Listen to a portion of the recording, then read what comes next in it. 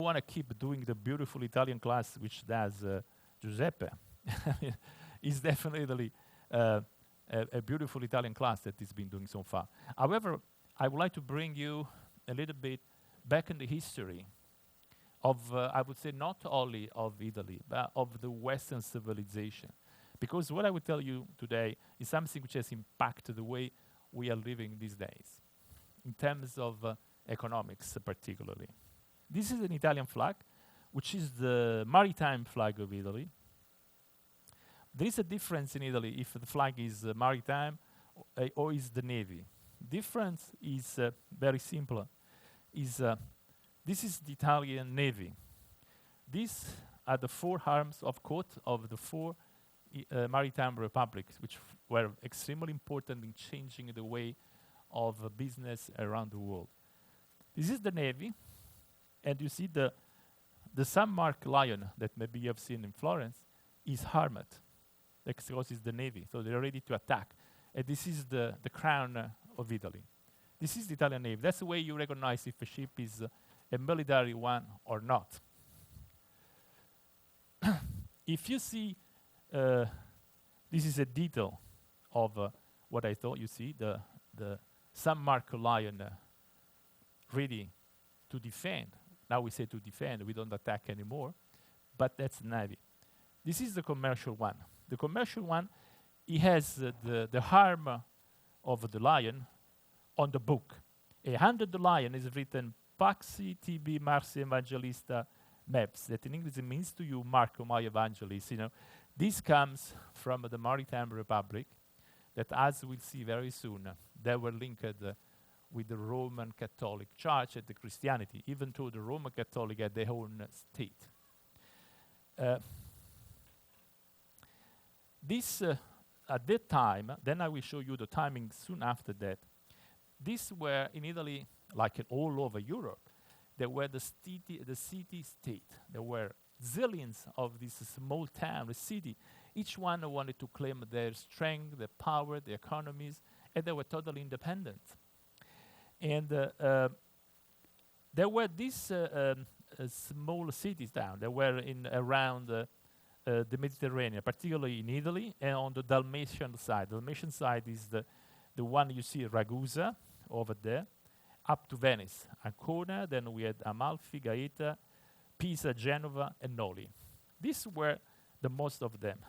Of course, they started having a role in the Crusades. The Crusades were the war that the Christians were doing against the Islamist world at that time, to defend the European territories. This is the timeline of this city-state, which were called the Maritime Republics. The first one to start were Amalfi and Gaeta, which was in the middle south of Italy. And then there was Ancona, Genova, Pisa, Ragusa, Venice. Venice was, and as you know, was the most important because it was even extending around the world. I will be detailing this in the speech, and there was Noli. As you see, everything started around 1850 and ended up around about 2 centuries ago. So this is not such a long way away from us. But some friend of me from Harvard School, Business School, they claimed several years ago that these merchants from this small town, they actually created capitalism. Why they created the capitalism? Because at that time, the trade and the business was done by traveling merchants. It means the people were traveling around the Mediterranean and they were trading and bringing silk, cotton, grains, and they were delivering and they were getting paid. When they started with the Maritime Republic, the things changed. They were the sedentary merchants, the investors. They were saying, I put my money, I want to sell, I want to do, but I'm not traveling for that. There were the other people traveling. So this is considered to be the start of the way we today live in our capitalism world, where we have investors, and then we have the other people that make things running around. This is a small town in the south of Italy, which is called Amalfi. I start from this maritime republic because it was the first one. It was the first one that get a lot of power at that time. At that time, this was the situation. As you see, there was the papal state, which was conservative. The only objective of the papal state was keeping their power and their wealthiness over there. This actually was called the Duchy of Amalfi, il Ducato di Amalfi. It was, it was an independent state. The language which was spoken was Greek and Napolitan. This is an interesting aspect because there were two religions. There was Christianity and Judaism.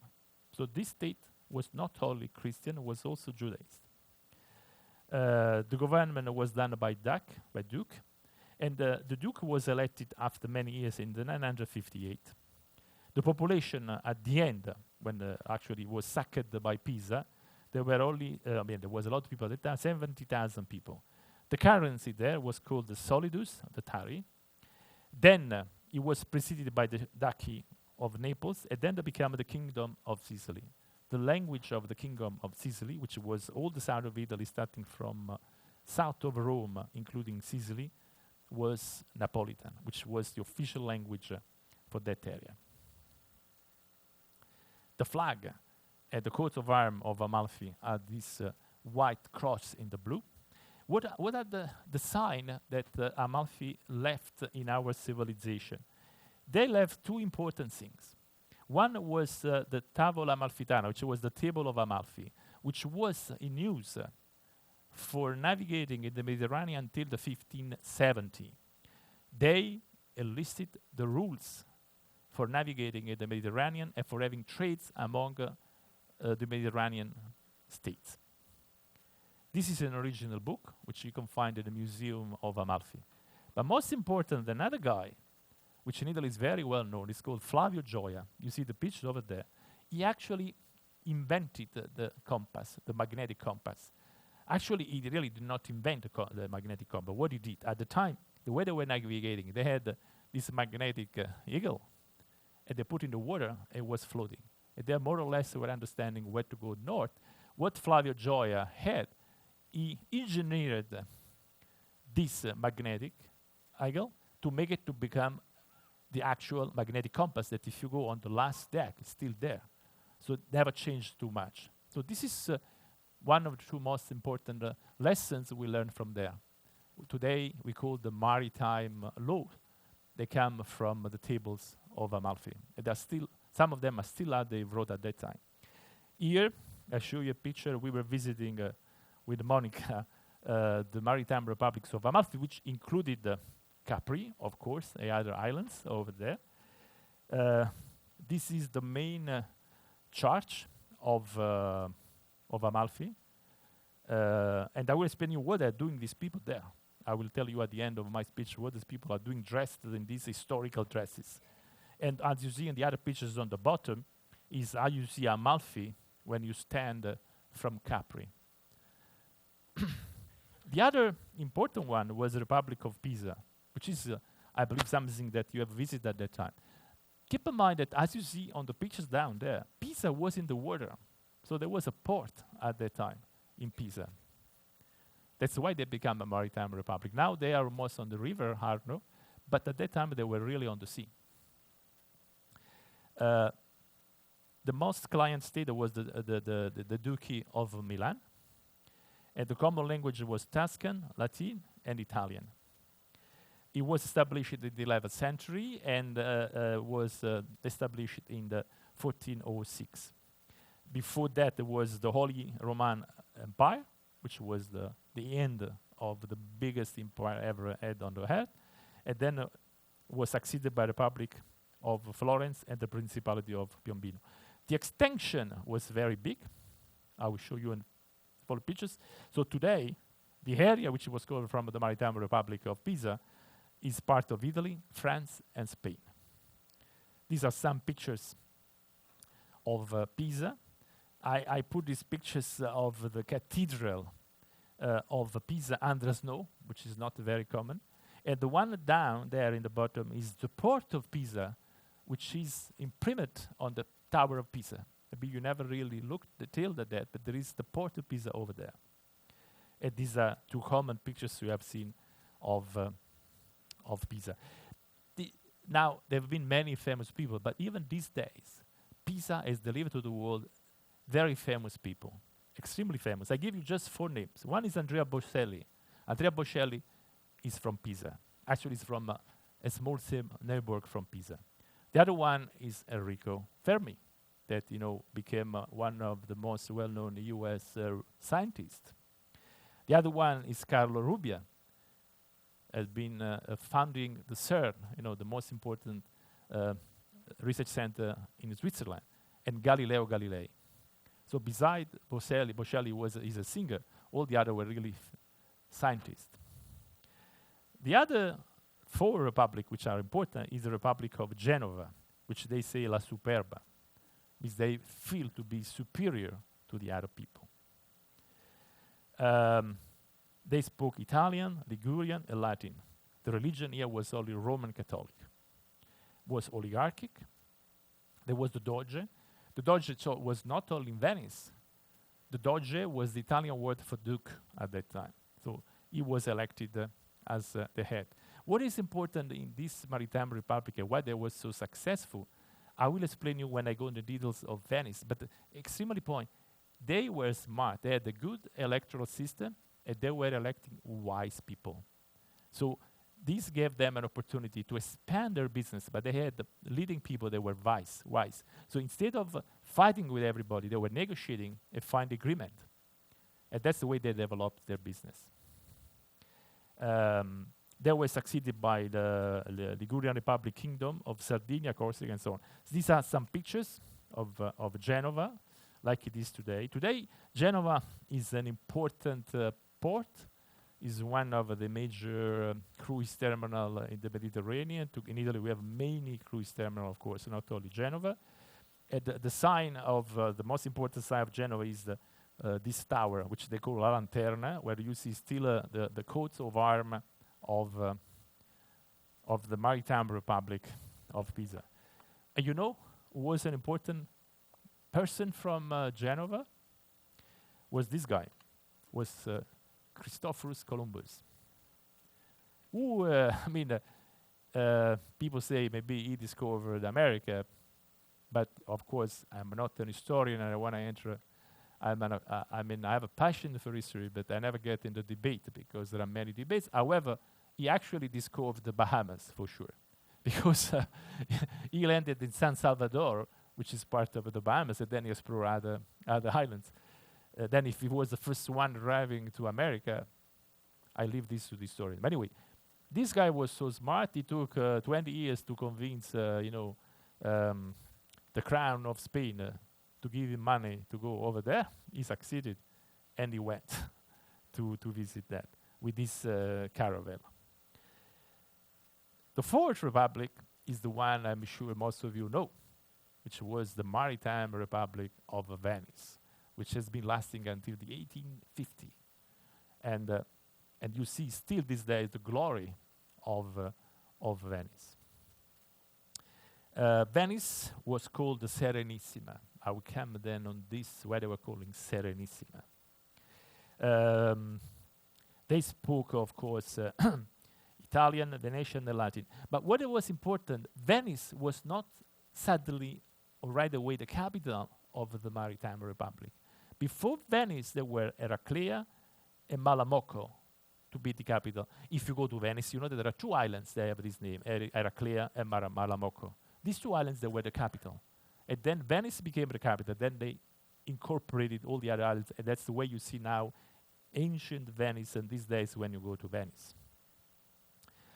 And definitely they had the most fascinating power system ever, so that's why they lasted 1,500 years with their Maritime Republic.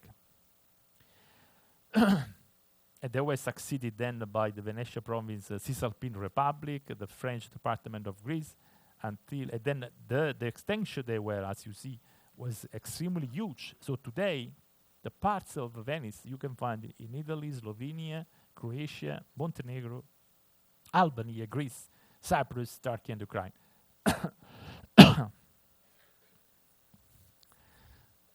Shall I ask you who is the most important person in Venice at that time?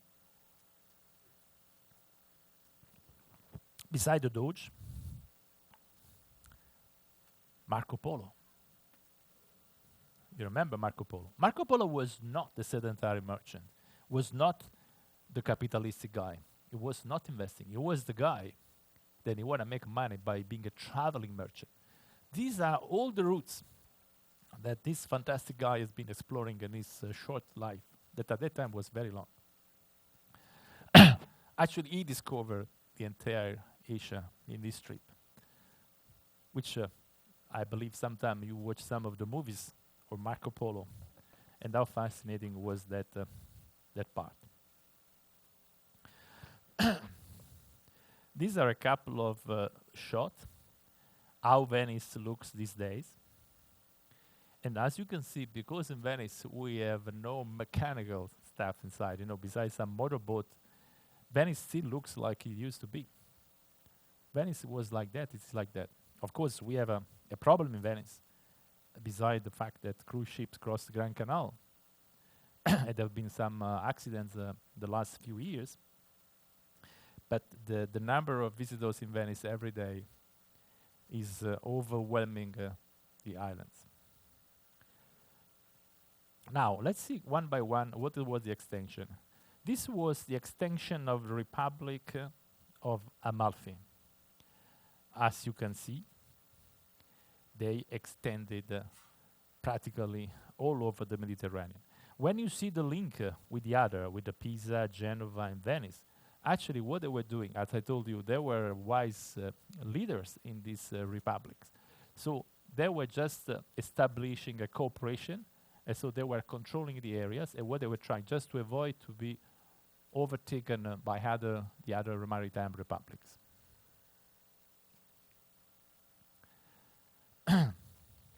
This was the extension of the maritime republic of Pisa.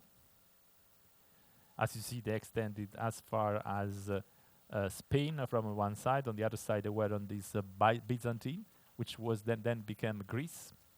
And then on the other side, they went to the what was then became Cyprus and Turkey. This was the expansion of Genoa. And they went up to the north. Of course, at the same time, on the north, there were other city-states on the north, which they was the Maritime Republic. But they never got the same extension of these Mediterranean ones. And then, this is Venice. Venice had a long life, and they created also the Ottoman Empire, which then was taken over by the actual Turkey. But what happened during this period of time? In Europe had a big influence by this Italian Maritime Republic. The question was, there was the Renaissance or the Middle Ages. What happened at that time? There were some important aspects which became important in these maritime republics, and they influenced all the Europe. Today this seems very normal, but at that time it was not normal at all. So they gave importance, there was a philosophy, a thinking philosophy. They gave importance to education, as important as a critical approach. It was the first time ever they put this as an important. They should lead to a meaningful life. Just at that time, before that, they were just people living there, no objective in their life. They believe in human dignity. They were supporting the arts. That's why when you travel in the Mediterranean, you find a lot of these arts of the Renaissance. And there was admiration for the individual achievement that we should have also this day. There was the admiration. So it was a big change on the European culture coming from this maritime republic. But what it means Renaissance? Renaissance comes from the French word Renaissance, which means rebirth. Was the rebirth of the Western civilization, which then brought us to this day. Because we still believe at that values. This day, we still believe at these values. All our states, our countries, they believe at these important values. And they come from there. And the age was from the 1300 to the 1550. But what was Italy at that time? Of course, Amalfi was done, and there was the kingdom of the two Sicilies, which has a capital in Naples. And the other one that was still there, you see Venice, you see Pisa, which was taken from Florence, but you had Genova and Venice. And the location, of course, was extremely important. They were right on the sea, and they were just conquering different things. Sorry. Why? So what happened? People began using credit card at banks. You know, credit at bank. Can you believe at that time people developed the credit at banks already at that time? There was no one currency, so people relied on the credit notes to were the first banknotes actually. Banks would then pay the merchants. So it was like a check. They went to the bank and they got this check. Where was this mostly taking place at that time? It was taking place in Venice, Florence, and Genova. So there was the creation of the credit at the bank. So you can ask a credit to the bank to develop your business. And that's when the capitalism was taking over. And this was the situation at that time. Then, these Italian city-states become very different from the rest of Italy, of course. Money became important. And once the Roman Empire collapsed, which religion was dominating Italy? Was Christianity, of course. But the Catholic Church was not allowing to have interest rate. And at that time, they were respecting this dogma. Why? Because the Bible was stating they should not loan people money without interest out of the goodness of your heart. So they were respecting this. There was no interest rate at that time. There was a secularization of the government that these days would look impossible, but at that time they were doing that. And so what happened for the first time? That there was less focus on the church. Often the people still these days relate Italy to the Catholic Church. But since then, the things were separated. Even these days, I can tell you there is no relation between Catholic Church and Italy. Not at all. Even if most of the people outside there believe that. But this revolution changed Italy. And this was in the 1500s. Already these things were changing. And of course, what happened?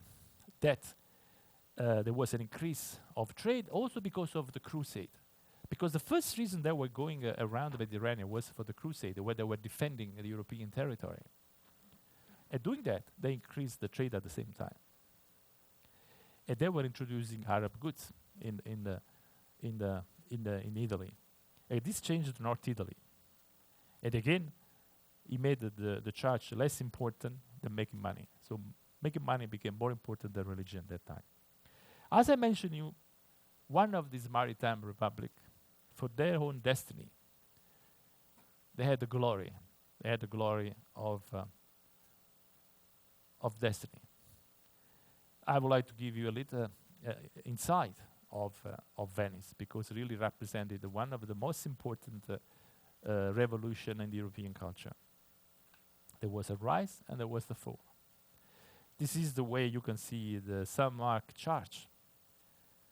If you are in Venice these days, this is what a representation of the time would show you as the San Marco Square with the San Marco Cathedral. And I show you here what was the situation at that time, uh, which, you know, it would be similar today, because we have something we do every year in Italy, which we recreate this particular event in Italy every year. This is one of the famous bridges in Venice. I told you why they call Venice, La Serenissima. Serenissima had two main meanings. One was because the Duke, the Doge, it was considered to be the most serene. He had to be a quiet, wise person to lead the Republic. So Serenissima, you have to be extremely relaxed, quiet. They don't want any of these strange leaders we see around the world these days. So it was Serenissima for that. But at the same time, because at that time Europe was in turmoil in the Middle Age, we know there were criminals, there was battles between city-state. And Venice, in the Republic of Venice, which was huge, as you saw before, the life was quiet. Serena. So they say Serenissima. You know, you learned before to say bellissimo, bellissima, Serenissima. That's another reason why Venice looked at this Serenissima name. If this is there, you will see that they say, oh, La Serenissima, which is for Venice, which is not so quiet these days with millions and millions of visitors. They go to Venice every day. So the Republic of Venice, what they did, they had this huge commercial empire. So the empire was not developed because they wanted, differently from the Roman Empire, just to conquer areas. They want just to trade. That was their idea. So they don't want to fight. But they were governed by a small oligarchy of merchant aristocrats, and they elected somebody who was wise to lead them. And they expanded. Why? Because they wanted to protect the food supply and the overland trade routes. And this was the opposition of the city-state of Milan and Florence at that time. So what happened? Venice. Venice at the beginning was a group of islands. You know, if you have been in Venice, there are teeny islands everywhere. In this lagoon, there are a lot of these teeny islands around there, and the soil was poor. They had no choice. The only choice they had to go to see overseas what they could find. And that's what they did. So agriculture was not possible. So the Venetian has to go on the sea. So they become expert sailors and shipbuilders. And very, very quickly, they monopolized all the trading on the Adriatic Sea, which was the sea which goes from Venice south to Turkey. This is a picture of Venice these days. You see there are thousands of small islands everywhere over there. So these people living on these small islands, they were smart, very smart. They had big ideas. And they transformed these big ideas in this major commercial power never saw for that time. And they become extraordinarily wealthy. The Venetian people, all of them, they were wealthy. All were involved either as sedentary merchant, investors, bankers, and traveling merchants. They all became rich. But what they did, they were in the Renaissance, so they were promoting education, arts, and all the rest we say about the Renaissance. They developed things that they developed monopoly. So a group of people that were taking control of some commodities. So they create the monopoly. So this group of people are doing this particular grain. The other one, they do the silk. And there was monopolies, which, as we know this day, that's a way of defending ourselves. You know, in our democracies today, we try to avoid to have any merchant getting more than 50% of the trade because we don't want them to monopolize the control for our welfare.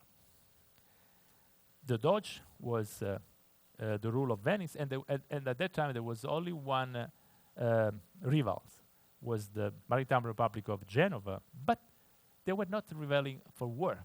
They were rivaling for trade, for money. Who was making more money? And then St. Mark, that's another important element, was the patron saint of Venice because they were Roman Catholics. So they developed this beautiful Grand Canal, which was the entrance of their ship coming back from the international trade. I don't know if some of you crossed with a cruise ship inside the Grand Canal. And this is another look at the San Marco Square at that time, which is undoubtedly a beautiful, one of the most beautiful squares in the world. That this is the San Marco Basilica, and maybe these are the horses of San Mark that you have enjoyed.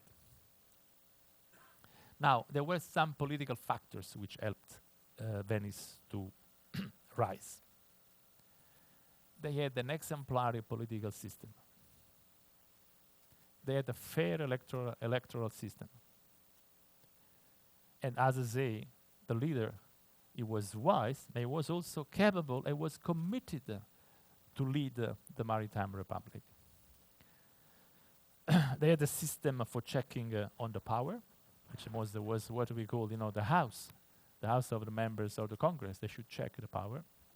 I mean, theoretically, look, something we could do today. I mean, everybody would like to do something like this in our political system. The policies they were implementing were practical, nothing complex, simple. People had to understand what to do. And of course, they had a strong navy at that time. At the time, there were no air force. There was only the navy. How they achieved the political factor? There was the Doge. He was looking capable. So he was elected among the aristocrats and the merchants. So they know among themselves. Okay, guy, this is the guy. He can do the job. So we vote for him. So there was not a kingdom. There was not an emperor. He was elected, of course, by not such a wide electoral system we have these days. And he was giving fine to the people who didn't want to take the office. So he was offering other people that he believed, he was making a government, say, you'd be like a Ministry of Health, it would be Ministry of Education. And if he was indicating, they had to accept. Otherwise, they had to pay a fine. And they were capable to trade with Ottomans. So the Ottomans, is to give you an idea, was the area which then is covered by Turkey and some part of Greece. So they, as a Roman Catholic, were trading with the Muslim empire at that time. So for that time was an unbelievable political capacity and negotiational capacity they achieved. Of course, they elaborated a lie in order to justify their involvement, because, as I told you before, the only reason they had was to make money. So they had to lie to the church that they were doing for other scope. By the end of the day, they want to make only money, because all the maritime right, they created capitalism. So they had to lie to the church people. They say, no, but we go there because we wanted to help them, By the end of the day, they did not care. They want to money. So they bought Arab goods they were importing, and then they were exporting the Italian stuff over there. Another important fact was the economic factor. They were adventurous. They were doing things nobody was doing before. As an example, trading with the Muslim empire at that time was like a suicide, but they succeeded. And as Marco Polo, they traveled all over Asia. I mean, most of the things that he brought in the Western civilization, people were surprised. People didn't know what was spaghetti and pasta in Italy. I mean, they come from Marco Polo. He brought these noodles in Italy, and they said, what is that? And then, of course, the people modified by using other products, and they become what you know now, most famous than Asian, that Italian pasta. Another economic factor, they created the money. They created the coins. They had insurance. So the investor, he could insure the traveling merchant, the goods. So he was not taking 100% risk. I told you already about the check. And they even arrived at what we have done, when we had the last economic crisis. They had the government guarantee on the reliability of the banking system. So people had a lot of confidence in investing because the government would say, okay, I guarantee the bank, don't worry, you can invest, you're not losing your money. And so the foreign trade was developing. Then there was the decline of Venice. Of course, because of the religion differences, they had a war with the Ottoman Empire. The larger states started to build up. There were discovery of new sea routes. And there was competition with the trade rivals. And you won't believe there was corruption in the government, which makes the collapse. Unfortunately, even at that time, they tried for 100 years, they succeeded at a certain point. Corruption. There'd be too much money, and corruption started to build, and then they eliminated the commenda. The commenda system, simply, was the first contract which was made up for buying and selling. They call the commenda. In Italian, it's a commendatore, which is the guy who was in charge of the contracts. And they eliminated. So there was a lack of confidence for the investors. I mean, with no contract, I give you the money, and I don't have a commenda. They were not investing anymore, so they declaimed. And then, of course, there was this war. This is a representation of the time of the war with the Ottoman Empire. Of course, it was that on the sea by the Nile. In Italy, these days, since 1955, we try to revive this ancient passion for these four republics. I don't know if you've never been involved, but in Italy we call this regatta or palio of the ancient maritime republics. This is done every year. It's done by the end of May, at the beginning of June. It goes around every year to one of different of this maritime republic. It's something really amazing. It's because everything you see this city, they change totally, and they go back to when they were maritime republic. This is a beautiful Italian lady which is dressed for the palio, and it's a serious competition. The competition is done by this boat and the oars. It's 8 rowers. It's no joke. The rowers on the boat are at least European champions of rowing. It's a serious stuff. It's broadcasted live on the Italian TV. It's like the World Cup final of Italian soccer team. It's a big event in Italy, and the boats are very heavy, very, very heavy, because they are the old really boat. Another important aspect is the parade. The parade is this procession, which is done by 320 participants representing the 4 maritime republics. And there is, beside the costume, the drummers, the horns, the porters, the horses, is a show. Last one, which was a few months ago, was done in Venice.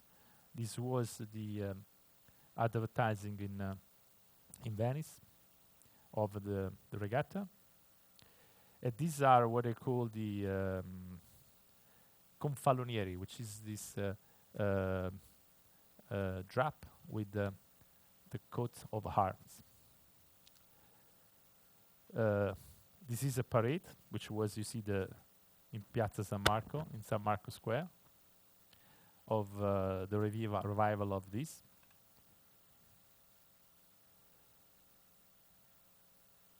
This is the parade is the moment of unity, and then the competition, they really fight one against the other.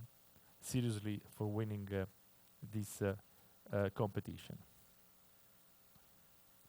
Here, that's a small. I had the movie, but I took it out because I tried 3 times before. Any movie never works in this system here. I don't know why. So I took it out. And here are the 4 boats. So the green one is the one representing for Venice.